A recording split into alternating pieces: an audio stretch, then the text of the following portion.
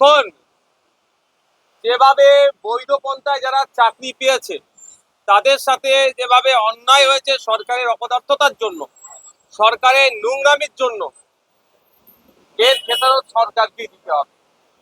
আর পশ্চিমবাংলার আইনসভাতে যেখানে আগামী 5 বছর বা আগামী দিনে পশ্চিমবাংলার নাগরিক কিভাবে ভালো থাকবে, শিক্ষা, স্বাস্থ্য, কর্মসংস্থানের যোগ্য যেখান থেকে হবে, আলোচনা যেখান থেকে সেখানে তারা জানাতে আসছে। আমি প্রত্যেকটা গণতান্ত্রিক প্রক্রিয়ায় শান্তিপূর্ণ আন্দোলনের পক্ষে ছিলাম, আছি, আগামীতেও থাকবো। তবে একটা কথা, শুধু শিক্ষক নয়, এর সাথে যারা শিক্ষক কর্মী যারা, তারাও আজকে তৃণমূল কংগ্রেসের দুর্নীতির তারাও শিকার হলো। যারা বৈধ পন্থা অবলম্বন করে চাকরি পেল, দুর্ভাগ্য, তাদেরকেও আজকে বাতিল করা হয়েছে। তাদেরকে 20,000 25,000 টাকা সাম্মানিক দেওয়ার যেটা হয়েছিল কোর্টের মাধ্যমে, সেটাকেও স্থগিত রাখতে বাধ্য হয়েছে।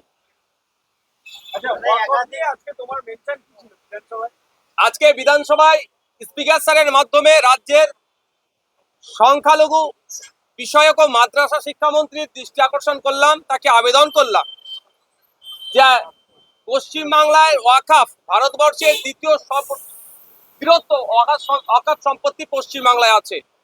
1,43,000 একরের ঊর্ধ্বে সম্পত্তি পশ্চিমবাংলায় আছে, যার মধ্যে 25,000 একরের ঊর্ধ্বে সম্পত্তি এখনো বেহাত হয়ে আছে বা অবৈধ দখল হয়ে আছে। এই অবৈধ দখল মুক্ত করে সম্পত্তিগুলো যাতে ওয়াকাফ বোর্ডের হাতে তুলে দেওয়া যায় তার ব্যবস্থা করতে। এই বলার কারণটা হচ্ছে এটাই, 2011 সালের আগে তখন তৃণমূল কংগ্রেস বিরোধী আসনে বসতেন, তারা সেই সময় বলেছিলেন, মুসলিম সম্প্রদায়কে আশ্বস্ত করেছিলেন, প্রতিজ্ঞাবদ্ধ হয়েছিলেন যে ক্ষমতায় আসলে ওয়াকাফ সম্পত্তি উদ্ধার করব। ওয়াকাফ সম্পত্তি উদ্ধার করা তো দূরের কথা, ওয়াকাফ সম্পত্তি তৃণমূলের নেতারা লুট করে খাচ্ছে। এই অ্যাসেম্বলি হাউসে মন্ত্রী আছে, বিভিন্ন জেলার এমএলএরা আছে, বিভিন্ন কর্পোরেশনের কাউন্সিলররা আছে, বিভিন্ন এলাকার নেতারা তৃণমূলের, তারা ওয়াকাফ সম্পত্তি লুট করে খাচ্ছে। যাতে এইগুলো তাদের হাতে কেড়ে ওয়াকাফ বোর্ডের হাতে তুলে দেওয়া হয়, তা সেই জন্য আজকে মেনশন করেছি। বলছি, মুখ্যমন্ত্রী আজকে যখন অফিস নিয়ে কথা বলছিলেন, তিনি বললেন সংখ্যালঘু সম্প্রদায়ের একাংশের মধ্যেও ক্ষোভ রয়েছে, এটা দিতে চলে গেছে, এটা এইতে চলে গেছে, এটা কি আদৌ হচ্ছে? এবং মুখ্যমন্ত্রী অফিস নিয়ে যা বলবেন তার সঙ্গে কি আপনি সহমত?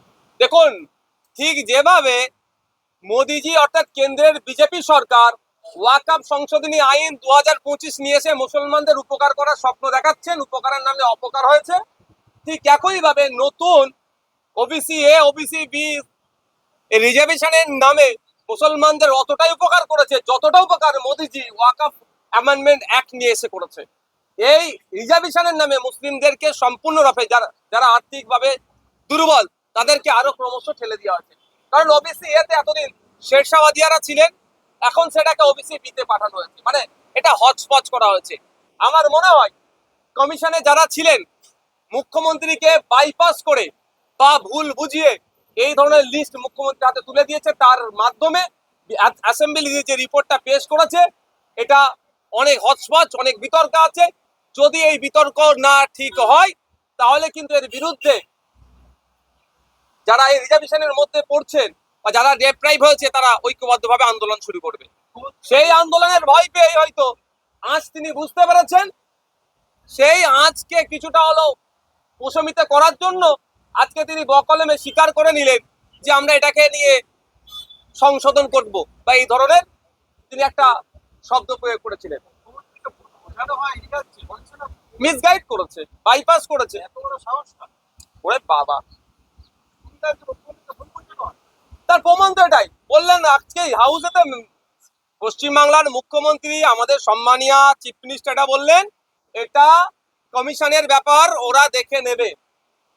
তাহলে কমিশন যে লিস্ট তৈরি করে ওনার মাধ্যমে হাউসে প্লেস করলো, তাহলে কমিশন কি ঘুমিয়ে তৈরি করেছে নাকি?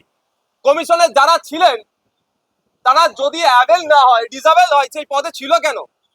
কমিশনে যারা থেকে এই লিস্ট তৈরি হয়েছে, আগামী দিনে তাদেরকেও ছাড়বো না, তাদের কাছে প্রশ্ন করব।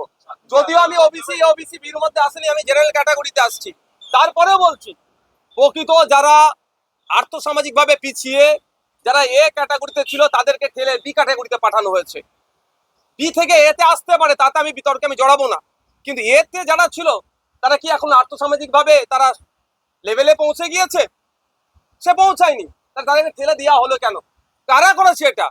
তাদের কাছ থেকে কিন্তু আগামী দিনে আমরা জবাব নেব।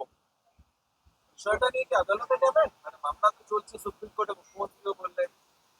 আলোচনা চলছে, যে সমস্ত জনগোষ্ঠীর সাথে এগুলো ডিপ্রাইভ হয়েছে তাদের প্রতিনিধির সাথে কথা বলছি, আরো বিস্তারিত আমরা জানছি। প্রাথমিক পর্যায়ে আমরা বিভিন্ন জায়গায় চিঠি চাপাটি করব, তাদেরকে জানাবো, কনসার্ন ডিপার্টমেন্টকে জানাবো, রাজ্যের অভিভাবিকা মুখ্যমন্ত্রীকে জানাবো এই এই জায়গায় ডিস্টার্ব হচ্ছে।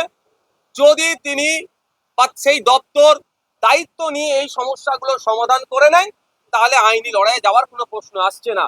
আর যদি তারা যে আমরা যেটা করেছি ঠিক করেছি, ভুলটাকেও ঠিকভাবে এস্টাবলিশ করার চেষ্টা করে, তখন আইনি লড়াই করতে হবে। শেরশাবাদিয়া যারা আছেন, আরো যারা জনগোষ্ঠী আছেন, যারা ডেপ্রাইভ হয়েছে, তাদের হয়ে কথা বলতেই হবে। আমার প্রশ্নটা হচ্ছে, একটু আগে দেখতে পেলাম চাকরি যারা হারায় তারা আসছে বিধানসভা থেকে।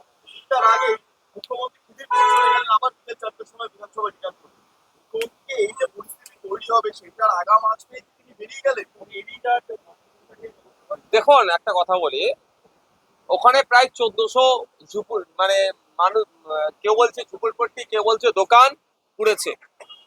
সরকারের কাউন্সিলর জনপ্রতিনিধি বলছে নাকি আবার 400 জন। এই সংখ্যানেও বিতর্ক আছে। সেখানে একটা বড় ইনসিডেন্ট ঘটে গিয়েছে, স্বাভাবিকভাবে রাজ্যের মুখ্যমন্ত্রী সেখানে যাবেন। তবে যে চাকরি 26,000 চাকরি বাতিল নিয়ে যে ডামাডোল হয়েছে, এই দায়ভার 400 জন। এই সংখ্যানেও বিতর্ক আছে। সেখানে একটা বড় ইনসিডেন্ট ঘটে গিয়েছে, স্বাভাবিকভাবে রাজ্যের মুখ্যমন্ত্রী সেখানে যাবেন। তবে যে চাকরি 26,000 চাকরি বাতিল নিয়ে যে ডামাডোল হয়েছে, এই দায়ভার আমার রাজ্যের মুখ্যমন্ত্রী কোনোভাবে এড়িয়ে যেতে পারেন না। তিনি বারবার বলেছিলেন আমাদের কাছে plan A, plan B, plan C, plan D পর্যন্ত আছে। তারপরেও কেন আমাদের রাজ্যের যারা বৈধ পন্থা অবলম্বন করে চাকরি পেল তাদেরকে আজকে চাকরি হারাতে হলো বা তাদের কাছে আন্দোলন করতে হচ্ছে? মানবিক মুখ্যমন্ত্রী গ্রুপ সি, গ্রুপ ডি এর জন্য আলাদা করে ভাতার ব্যবস্থা করে দিয়েছিলেন, কিন্তু এখন তাদের ডিমান্ড, এই যে সমস্ত বৈধ শিক্ষাগুলো চাকরি পেয়েছে, ডিমান্ড এখন অল্প কয়েকটা ডিমান্ড। তার মধ্যে একটা ডিমান্ড হচ্ছে যে ফর্ম ফিল আপ শুরু হচ্ছে ওটাকে 1 মাস পিছিয়ে দেওয়া হোক। তাহলে মানবিক মুখ্যমন্ত্রী 1 মাস পিছোতে পারছেন না কেন? 1 মাস পিছিয়ে যদি, কারণ তারা কারণ হিসাবে দেখাচ্ছেন যে আপনার রিভিউ এর জন্য পিটিশন করা হয়েছে সুপ্রিম কোর্টে, তাহলে 1 মাস পিছিয়ে দিই, সমস্যা কোথায়? বলেছে এই বিষয়টা। আমাকে বলেছে আমি বিষয়টা অ্যাসেম্বলিতে তুলবো। তারা একাধিক আন্দোলনকারী অসুস্থ হয়ে পড়ছে। তাদের সুস্থতা কামনা করি। তবে একটা কথা, অসুস্থ হয়ে দ্রুত সুস্থ হয়ে আবার ফিরে আসুন।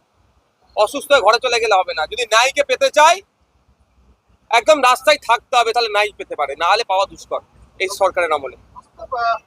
মুখ্যমন্ত্রী আজকে অধিবেশন হাউসের ভেতরে পুশব্যাক কথাটা বলেছে, এবং সম্প্রতি দেখা গেছে বাংলার বার্তা এবং মুর্শিদাবাদের দুজন পরিযায়ী তারা মহারাষ্ট্রে গেছিলেন এবং মুম্বাইতে গেছিলেন। তো মহারাষ্ট্র পুলিশ তাদের বাংলা ভাষায় কথা বলার কারণে পুশব্যাক করে বাংলাদেশে পাঠিয়ে দিয়েছে। বাংলা ভাষায় কথা বলার একটা অপরাধ। চরম অন্যায় করেছে আমাদের ভারতবর্ষের পশ্চিমবাংলা দুজন নাগরিককে, যেভাবে অবৈধ পন্থা অবলম্বন করে দেশের নাগরিককে বিদেশি ঘোষণা করে দেশের বাইরে বিতাড়িত করার চেষ্টা করছে। আমরা তীব্র নিন্দা ধিক্কার জানাচ্ছি।